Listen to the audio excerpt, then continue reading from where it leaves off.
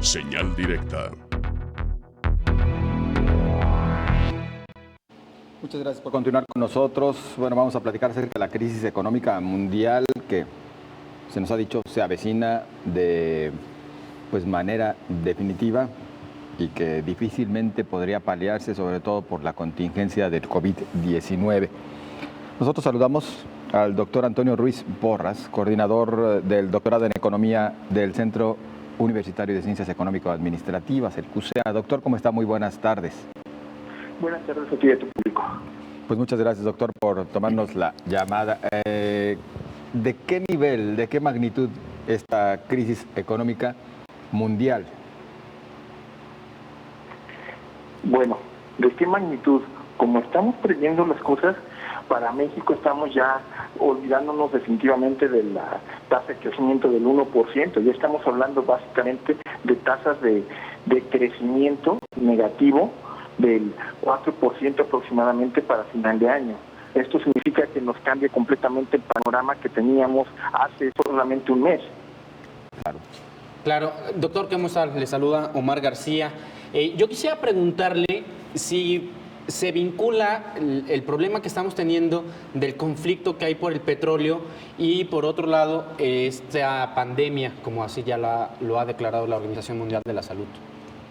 Bueno, yo creo que es una combinación de ambos, pero para México realmente el verdadero problema, yo creo que es el problema del conflicto por el petróleo, porque básicamente esto nos pega tanto como oferentes como por demandantes.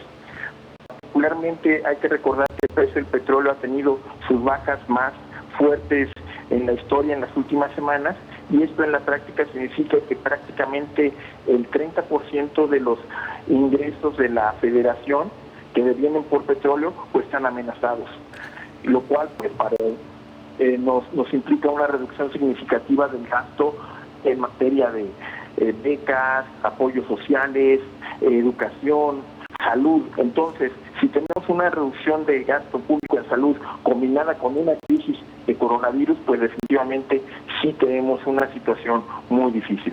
Y aprovechando que estamos tratando este tema, estamos viendo hoy las gasolineras están llegando a precios de 17.50, incluso rozando los 17 pesos.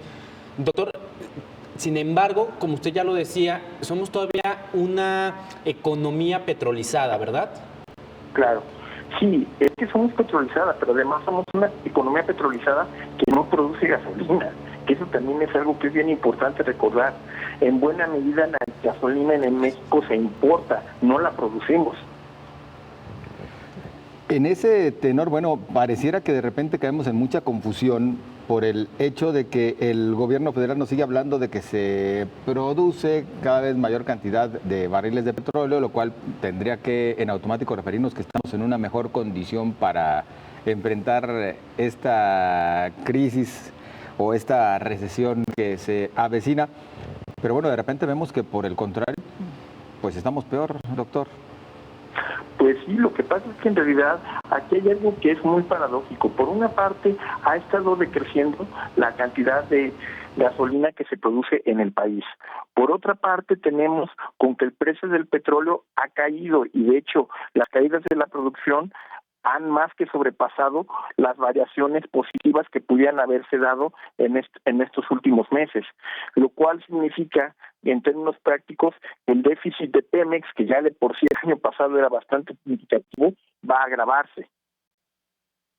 Doctor, otro tema es que cuando comenzó el tema del coronavirus, muchos empresarios y políticos vinculados al ramo de la industria decían que era necesario que nuestro portafolio comercial ya no solo viera a China.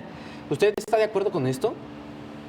Bueno, yo creo que en realidad la economía mexicana sí es muy dependiente de la economía china, porque buena parte de los insumos que usamos para exportar se van al país, vienen de China. Entonces, pero sí, definitivamente sí se necesita diversificar todavía más, incluyendo a China. Yo creo que esta es una prioridad que debería haberse tomado desde hace mucho tiempo.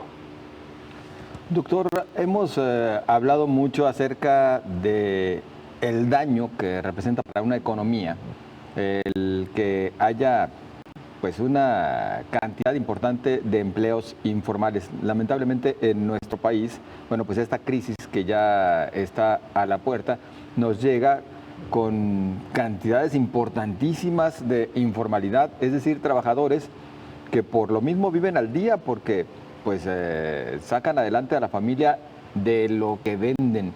Situaciones como esta, ¿cómo se pueden enfrentar en una nación como la nuestra? Bueno, de hecho, lo que tenemos 32 millones de personas que viven en informalidad en el país, o sea, estamos hablando prácticamente que la tercera parte de las familias en este país viven en informalidad. Ahora, realmente, ¿cómo se puede apoyar a estos? Mire, en algunos países como en Chile, como en Estados Unidos, una manera indirecta de apoyar a la informalidad ha sido tratando de relajar los esquemas fiscales.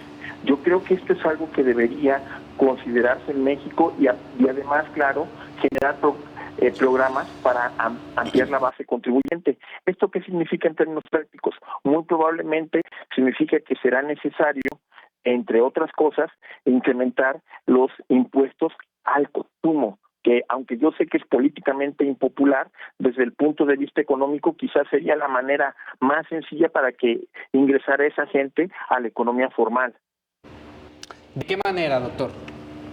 Lo que pasa es que actualmente buena parte del consumo está de productos y bienes básicos está grabado a tasa cero o tasas muy bajas. Entonces, una manera de saber de qué tamaño es la economía informal es cobrándoles impuestos a este tipo de bienes. Digo, una medida antipopular, pero eventualmente puede ser una manera de hacerlo. Por lo menos dimensionar el tamaño y la capacidad de recaudación. Al mismo tiempo se pueden hacer apoyos, usar los mismos programas de apoyos sociales para recabar información sobre la gente que vive en la informalidad para eventualmente empezar a gestionar su transición hacia la economía formal. Estamos hablando, entre otras acciones, de aplicar IVA generalizado en alimentos y medicinas, que es lo que nos hace falta, doctor. Bueno, hay cosas que todavía nos hacen falta, definitivamente. Yo creo que en este momento debemos empezar a considerar la necesidad de quitarnos algunos mitos, como por ejemplo la idea de que necesitamos balanceado. Muy probablemente en estos momentos extraordinarios se requerirá quizá incrementar el gasto público e incluso quizá desbalancear un poco el presupuesto federal para efecto de que se puedan dar mayores apoyos a la gente. Yo creo que esto es esencial en este momento. Doctor, hoy, por ejemplo, el gobierno del estado anunció una bolsa de 1,000 millones de pesos para tratar de hacer desde su trinchera un poco por tres tipos de apoyos. Uno va a ser apoyo a las empresas, son 450 millones de pesos. También habrá cerca de 200 millones de pesos para el campo y otros 400 millones de pesos para los autoempleados o el comercio informal. ¿Cree que estas medidas son necesarias? Yo creo que sí son necesarias, pero realmente dada la magnitud de la economía de Jalisco, quizás sean un tanto insuficientes. Aquí, evidentemente, estoy consciente de que el gobierno estatal hace un esfuerzo, pero yo creo que sí deberían buscar la manera de incrementar estos apoyos. Es que al final, doctor, bueno, cuando vemos los montos económicos y la cantidad de empresas, bueno, pues hablamos de que se perdería el recurso en nada, hablando pues de los 1,000 millones de pesos. Sin embargo, bueno, aquí sí te tendría que esperar las reglas de operación para conocer de qué manera estos apoyos se pueden multiplicar, ¿no? Sí, claro, pero es que también hay algo que debemos pensar. Por ejemplo, en el Estado somos 7 millones de personas aproximadamente, ¿sí? Entonces, si pensamos en 7 millones de personas y lo dividimos entre 1,000 millones, estamos hablando de que la ayuda es de 1,000 pesos. Sí, perdón, es de 1,000 pesos para cada 7 personas. Entonces, pues realmente decir que es una ayuda de menos de 200 pesos, pues como que no suena muy impactante para la resolución de un problema como el que estamos teniendo en este momento. Por eso decía que yo creo que sí es necesario estos programas, pero creo que la verdad hasta este momento son cantidades insuficientes. No digo que esté mal lo que está haciendo el gobierno estatal, lo que digo es que lo deseable sería que hubiera mayores apoyos. Y otra cosa es que hay que decirle al público que el presupuesto del Ejecutivo ronda los 120,000 millones de pesos. Es decir, lo que están dando es menos del 1% para este problema. Pero la pregunta que yo le quisiera hacer es, otra de las vías que se están explorando es la deuda, de tratar de contratar deuda para hacer un ejercicio paliativo de parte del gobierno del Estado. ¿Cree que es necesario? Yo creo que en este momento sí, pero aquí es una cosa que es bien importante. No solo se trata de adquirir deuda, sino en ver en qué se va a utilizar. No es lo mismo utilizar deuda para efectos de gasto productivo que para regalarla a la gente sin ton ni son. Entonces yo creo que sí sería que necesario incrementar la deuda a condición de que, como se comentó hace un momento, se definieran las reglas de operación, para qué se va a utilizar y garantizar que este gasto sea utilizado de la manera más eficiente y productiva posible. Bueno, pues nosotros le agradecemos, doctor, que nos haya tomado la llamada y que nos haya explicado, casi con peras y manzanas, cuál es la bronca que estamos enfrentando en materia internacional, no solo por el coronavirus, sino también en materia de energéticos. Muchísimas gracias, doctor. Muchísimas gracias a ustedes y a su público. Que esté muy bien. Muy buenas tardes.